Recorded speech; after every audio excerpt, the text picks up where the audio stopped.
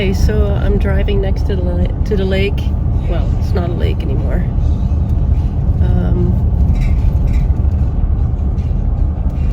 And I don't see anybody just monitoring it, monitoring the water flow or the wildlife. If there's any wildlife in distress, you know, I don't see anybody. I went all the way to one end, and now I'm just working my way to the other end. Really cute homes here and there.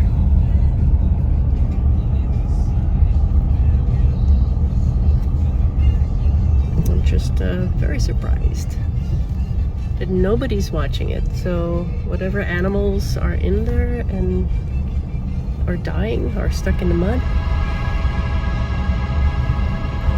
so be it, I guess.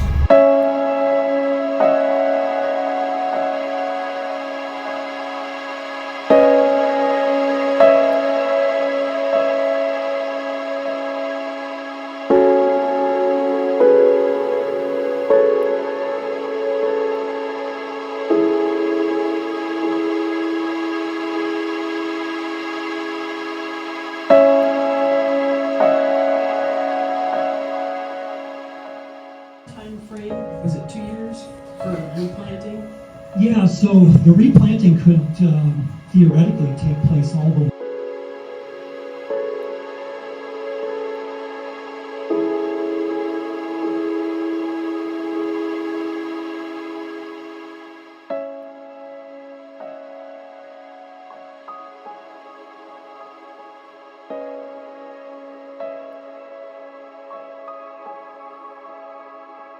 Rest area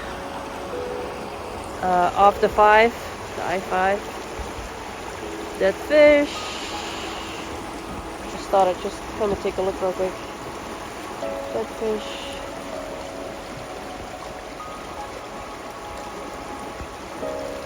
Dead fish.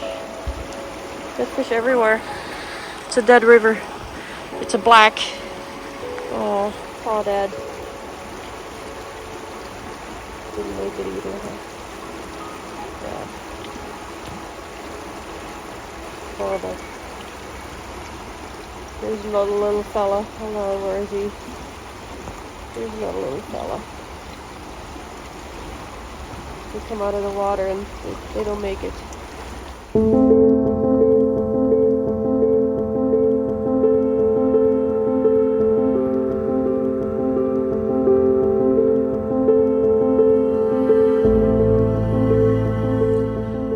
All individual wells will have to be tested on a regular basis. This is our drinking and cooking water. Because we will have to test for more metals, these tests become more expensive. Who's going to pay for that? One of my big concerns is the filter from our well. Our well, whether we like it or not, our wells are dependent upon the river. It is affected in how the well is established, and it's the underflow from the under streams that you connect to. Well, all of that toxicity and all of that mud comes in and is clogging the filters within our system. Within this short amount of time, having somebody come down and check and tell us that this is going to have to be replaced, and we're talking thousands of dollars to have that replaced and checked. It's the irrigation lines for doing sprinklers that keep our yards that we bought the property to do, that not only are the toxicity of the water itself, but it's also the expectation of that clogging that system and destroying thousands of dollars and hours of work to establish and set up that system. It's, you know, people trying to come back and say, oh, you just don't know. It's not going to be decades. It's just a short time. I have land that is up north when they took out the Gold Ray Dam up in Oregon. So I do have history and knowledge of what that looks like and the destructiveness when people come in and they hold to their guns so strictly of their side of the version of the dam removal that they refuse to see or take credit or accountability for the ripple effect and damage that's going on. And they have to face that so that it can be addressed and dealt with. And stop poo-pooing the people that are here that see it every day.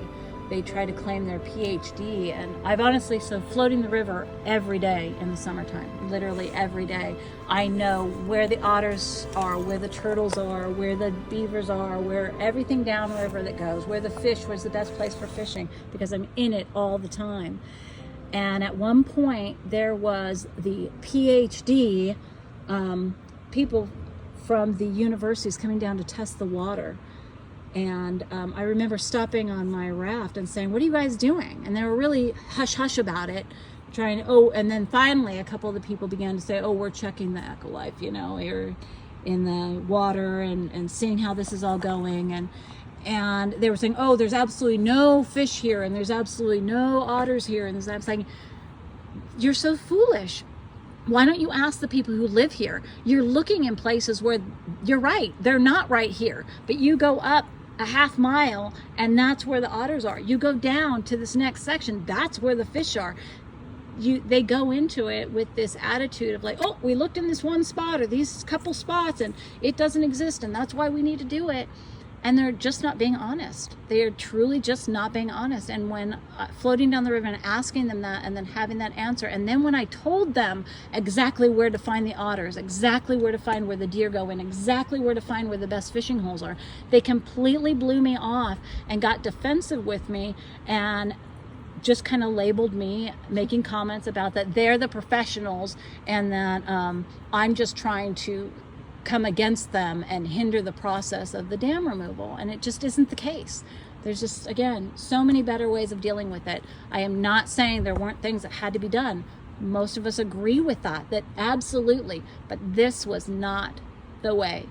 And what makes it so bad is, again, it's so bad, and now there's even a refusal to deal with the ripple effect that is right before us right now. Because if they acknowledge this, to deal with this, they have to acknowledge that they shouldn't have processed the way that they did with the dams, that there should have been a better way.